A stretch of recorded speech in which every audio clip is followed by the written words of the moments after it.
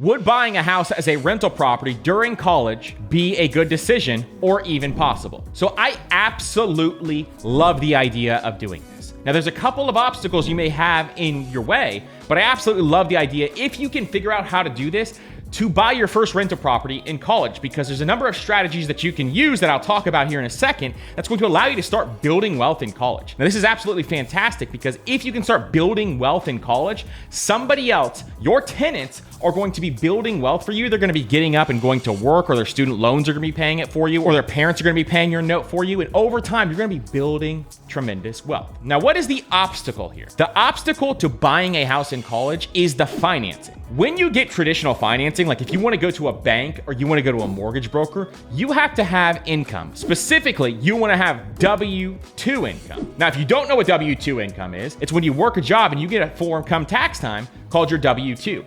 And your W-2 shows how much income you made so that you can submit that to the IRS and they can figure out, hey, here's how much you owe in taxes, or here's how much you're going to get back. But your W-2 is also used by mortgage brokers, it's used by banks to figure out how much money did you make in the last year so that they can give you a loan based on your income and pre-qualify you. So you're gonna have to get pre-qualified. Now, if you don't have a job, you don't have W-2 income, you're gonna have to get creative because getting a house without W-2 income is going to be difficult. But there's a number of ways that you can do that. Now, if you do have W-2 income, first way to do it is to go to a bank or get a traditional loan. And what the banks will do is they will verify your income, they will pre-qualify you, then you can go out and start running the numbers on properties and see what actually works in your college town. But if that is not the case and you don't have that option available to you because you don't have a job, because you're focusing on school or whatever else, and you want this to be your second income, you have a couple of options here. The first one is finding a private lender. Now, if you haven't heard our episode where we talked to Ryan Pineda, he talks about private lenders in great detail in that episode. It's called From Flipping Couches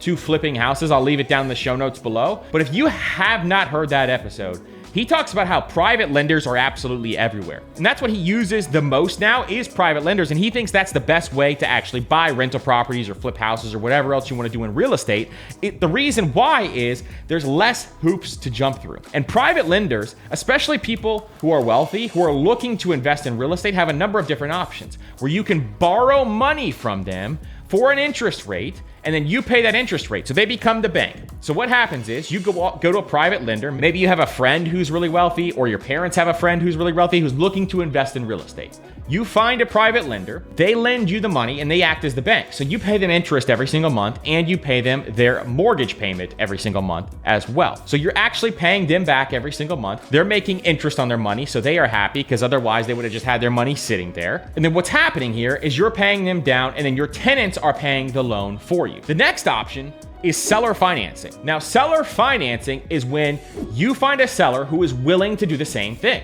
They're willing to be the bank. And the way seller financing traditionally works is you go find a seller who is willing to lend you money in exchange for selling the house. So they act as the bank instead of someone like a private lender or an actual bank. Now, the great thing about seller financing is a lot of times you can get into seller financing with zero money down. So if you have no money, seller financing is a fantastic option. And I've done it before. And it is one of my favorite ways to get financing for real estate. And it's one of my favorite ways to get financing for small business loans as well. Because seller financing just gives you a ton of advantages. And then if you default on the loan, if you don't pay them back, then the seller just gets the property back. They win by getting interest. And if you default, they get the property back. You win by getting into a property without having to go through the bank loan process. And essentially, it's a win-win situation for both parties. The third option is if you can find someone with the option to buy. So this is kind of like seller financing as well. And the way this works is you structure the deal to say, hey, I'm going to rent this property from you for 5 years. And at the end of that 5 years,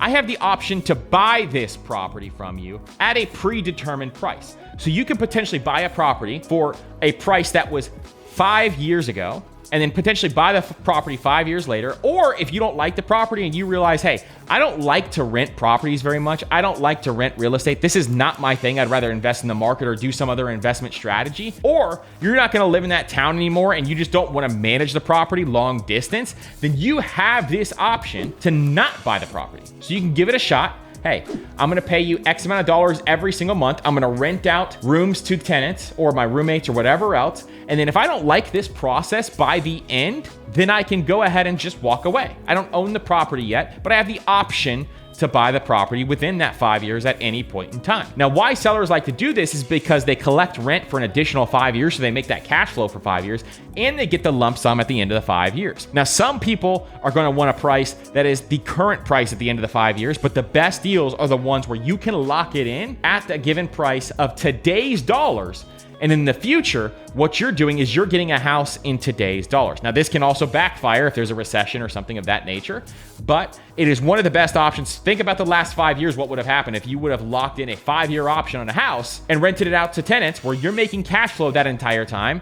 The landlord is making cash flow that entire time. In addition, then you can get the property at the end of those 5 years at 5-year ago prices. You have a fantastic deal there. The next thing I would do is figure out, okay, what's my strategy in college? Well, obviously you're probably going to house hack this. You're not going to live there and just be paying every single month for a house. What you want to do is find roommates for that house and rent out each room for X amount of dollars so that you can collect that cash flow. Or if you find a duplex or a triplex, you live in one unit and then you rent out the other unit. So you're basically living for free in college. Now, this is going to reduce the amount if you get student loans of how much student loans you're going to need. This is going to reduce the amount that you need in terms of overall costs for your life. And if you love this property, you can keep this property for 30 years and cash flow off that property over time. Or if you leave that area and Airbnb, say for example, do well in that area, you can Airbnb the property. But the next thought process is, okay, my strategy is to house hack this property, but what is my exit strategy if I don't like doing this? Maybe you graduate from college, you get married, and you guys are gonna move far away. What are you gonna do with this property? What is your exit strategy? Are you gonna sell the property? Are you gonna Airbnb long distance? Are you going to rent it out long distance, get a property manager? Thinking through those options are the other pieces of the puzzle that I would absolutely think through before you buy the property. Now, making sure you know how to run the numbers is incredibly important, and we have an episode on that, so make sure you check out that episode if you haven't checked it out before. And we'll have a calculator that we're putting out as well on running the numbers with rental properties, and we'll give courses and things like that as well in the near future. So make sure you check all of those out. But thinking through this process, how am I going to get financing? What is my strategy? Am I going to house hack this? And then what is my exit strategy as well are the three big things to consider. But I absolutely think you should do it if you can. Thank you guys so much for watching this money Q&A video. If you guys have any questions or want to leave a question with me, hit me up on Instagram or TikTok at Master Money Co. And if you like this video, here's another Q&A video that I know you're going to love.